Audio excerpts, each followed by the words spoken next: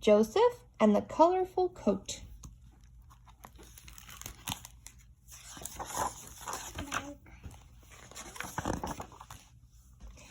Jacob was an old shepherd with 12 sons. The youngest sons were Joseph and Benjamin. Jacob loved Joseph more than all his other sons. When Joseph was 17 years old, his father gave him a special gift, a very colorful coat. Joseph had strange dreams and told his brothers about them. In his dreams, Joseph saw all his brothers bowing down before him, and when they heard this, his older brothers got angry and said, "So you think you are better than us? You think you will rule over us?" Joseph's older brothers hated him. One day, Jacob sent Joseph to check on his older brothers, who were watching the family's goats and sheep in the countryside. "Here comes the little dreamer," said his brothers when they saw Joseph approaching, and they quickly made a plan to get rid of him for good. As soon as Joseph arrived, his brothers grabbed him, tore off his colorful coat, and tossed him into a well that was so deep he couldn't climb out. "Let's see what becomes of his dreams now," they said. Shortly afterward, the brothers saw some traveling merchants approaching, and they said, "Let's not leave our brother to die. Let's sell him instead." So they pulled Joseph up out of the well and sold him as a slave to traveling merchants.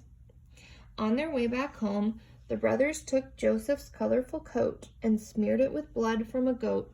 When they showed it to Jacob, he was deeply heartbroken and said, "My poor son Joseph, a wild animal must have eaten him." Meanwhile, the traveling merchants took Joseph all the way to the land of Egypt. There they sold him to a rich Egyptian man named Potiphar, and Joseph became one of his household slaves. During his years as a slave, Joseph was successful at every task he performed. Potiphar noticed that Joseph must be blessed by God, so he promoted him to be his personal assistant. Eventually, he put Joseph in charge of his entire household. Potiphar's wife had noticed that Joseph was very handsome. She would often try to kiss Joseph, but Joseph always turned away. This made her very angry, and one day when Joseph refused to kiss her, she screamed so loud that her husband came running. When Potiphar arrived, his wife lied to him about Joseph, saying that Joseph had tried to kiss her. Potiphar believed his wife, and he became so angry at Joseph that he had Joseph arrested and thrown in prison. God still watched over Joseph in prison. When Joseph's fellow prisoners had strange dreams, they would tell him their dreams, and with God's help, Joseph always explained exactly what the dream revealed about the future, and he was always right. One night, Pharaoh, the king of Egypt, had a troubling dream. He very badly wanted to know its meaning, so the next day he gathered all the magicians and wise men in Egypt to his palace, and he described his troubling dream to them. But none of the magicians and wise men could understand Pharaoh's dream or tell him what it meant. Then one of Pharaoh's servants spoke up and said, "I once met a man in prison named Joseph." Yeah, the cat. "And Joseph can explain the meaning of any dream," he said. So Pharaoh had Joseph taken out of prison. Yep. No, thank you. No, thank you. So Pharaoh had Joseph taken out of prison and brought before him. "I am told you have the power," yep, that's a cat. "I am told you have the power to explain the meaning of any dream." Pharaoh said, "Oh, it is not my power but God's," replied Joseph. "Tell me your dream." Pharaoh told Joseph that in his dream there were 7 fat, healthy cows that came up out of the Nile River.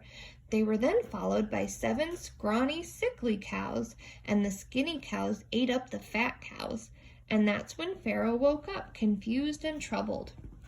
"This is what your dream means," said Joseph.